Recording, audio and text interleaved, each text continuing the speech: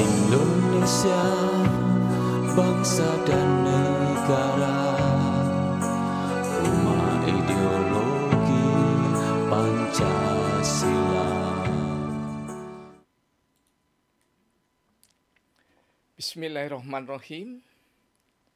Pemirsa tercinta sebangsa setanah air, bersua kembali di kanal Hikmatologi, serial mengajak diri kita masing-masing berpikir sederhana, kian melembut, cerdas, dewasakan hati nurani berdasar kitab suci, agama kepercayaan yang kita yakini.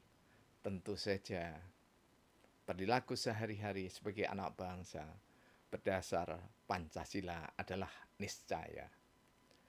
Pemirsa yang dirahmati oleh Allah, masalah yang dihadapi bangsa negara kita kian hari semakin kompleks. Jika kita hanya saling menyalahkan, maka justru tampak kita tidak memiliki kebesaran jiwa. Dan sekaligus juga dipertanyakan keimanan dan rasa syukur kita kepada Allah Tuhan yang Maha Esa. Karena itu, marilah kita tebarkan pesona untuk kian mereguk ilmu pengetahuan yang bagaikan seluas samudra, seluas setinggi langit, dan sebanyak tumbuhan yang ada di hutan belantara. Sungguh tak terhingga. Di antara masalah anak bangsa yang sekarang dihadapi adalah mengapa stunting terjadi di Indonesia. Pertanyaan memang sederhana, namun jawaban sungguh butuh data yang akurat di samping lengkap, dan tentu saja stunting atau kekurangan gizi pada anak-anak bayi 5 tahunan adalah pekerjaan seluruh bangsa. Artinya setidaknya bangsa Indonesia ini harus tanggap terhadap kondisi yang ada di negara kita. Data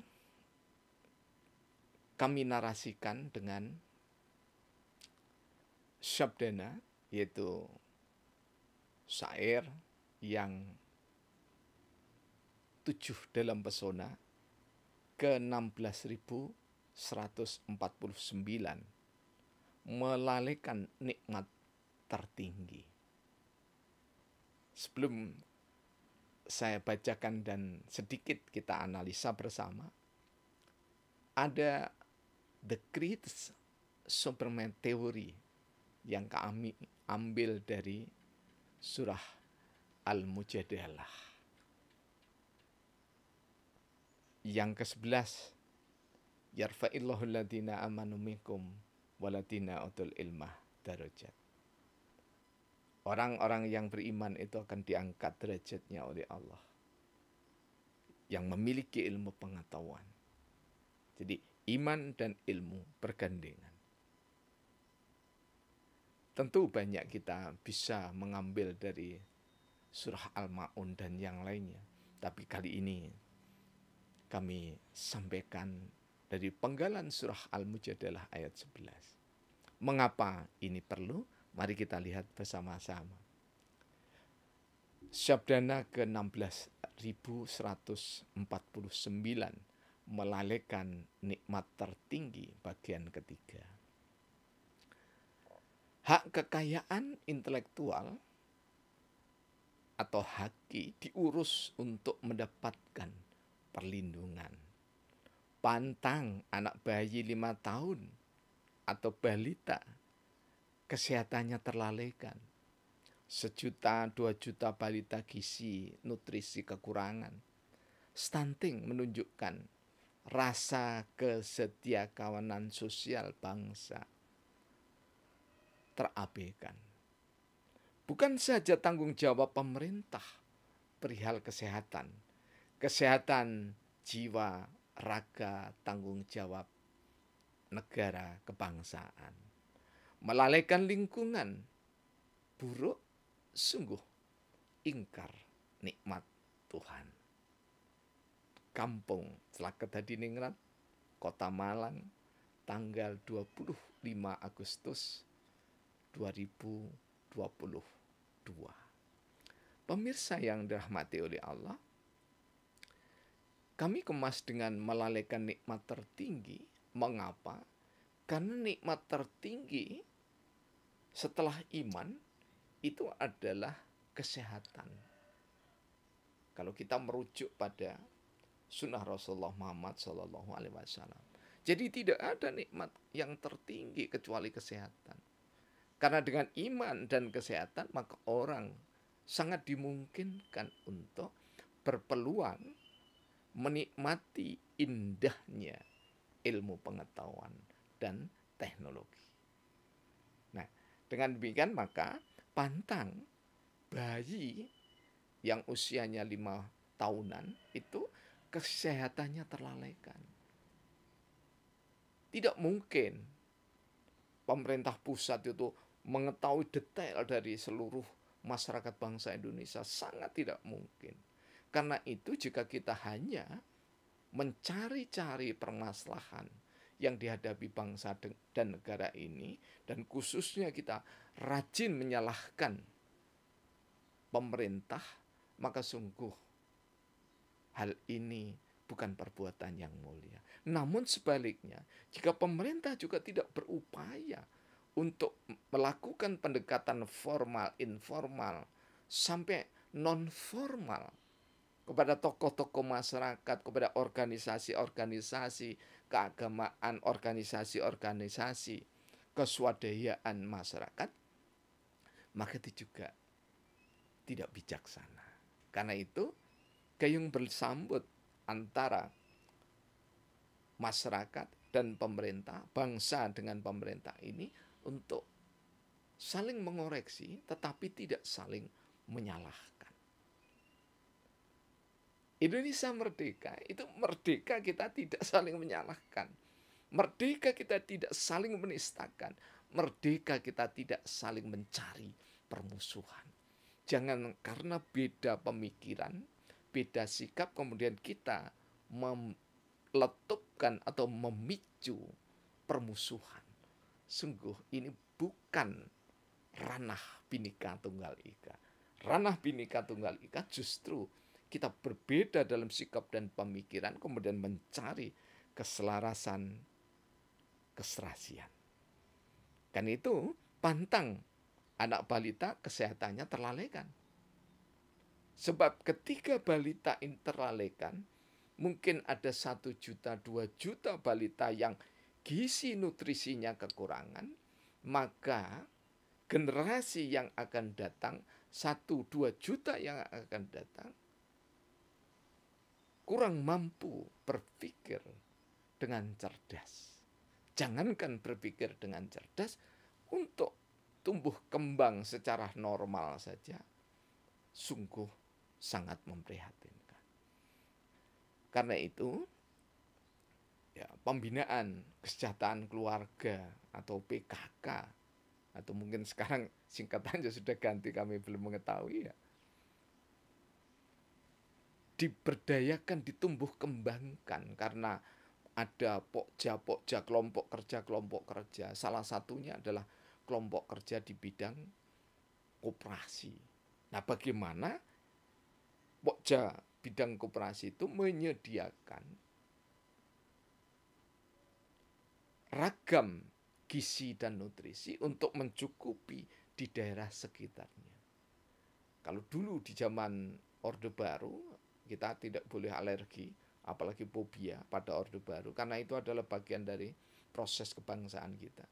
Ada persepuluhan. Jadi setiap 10 kepala keluarga itu harus mengetahui detail apa permasalahan umum yang dihadapi di lingkungan rukun tetangga tersebut. Jimpitan mengambil beras diibaratkan oleh Pak Harto dengan sejimpit begini setiap hari. Ini pengamalan dari sunnah Rasulullah, ya, pengamalan dari ajaran Nabi Isa alaihissalam, pengamalan dari Nabi Ibrahim alaihissalam. Pak, beramal itu bukan banyaknya, tetapi rutinitasnya, keajekannya, istiqomahnya. Qul amantu billahi tsumastaqim. Katakanlah, aku beriman dan aku sungguh-sungguh akan menegakkan iman itu. Jadi iman ada di hati, kemudian niscaya keluar melalui lisan dengan tutur yang sopan, kemudian berkarya yang bermanfaat untuk lingkungan. Khairunas anfa'uhum linas. Jadi manusia yang terbaik itu adalah manusia yang bermanfaat bagi lingkungannya. Tetapi landasannya tentu saja adalah ketuhanan yang Maha Esa. Jadi bukan tak bertuhan orang baik itu. Orang baik itu di Indonesia adalah orang yang bertuhan, orang yang beragama, orang yang berkepercayaan. Supaya kita tanggap lingkungannya itu sesuai dengan nilai-nilai luhur Pancasila. Stunting menunjukkan bahwa rasa kesetiakawanan sosial bangsa ini terabaikan, terlalaikan. Jadi jangan sampai kita hanya menunjuk-nunjuk ke pemerintah. Salahnya Joko Widodo, jangan seperti itu kita. Ya, saya tidak lagi membela Joko Widodo sebagai presiden, tidak. Tapi kita harus jujur pada diri sendiri. Apakah kalau kita berusaha memenuhi kecukupan diri, keluarga itu kemudian merasa cukup, kemudian tidak berusaha berbagi, meskipun kecil, pada tetangga kita, apalagi ada balita di lingkungan kita, yang mungkin secara sosial ekonomi butuh perhatian kita. Bukan saja tanggung jawab pemerintah kesehatan itu.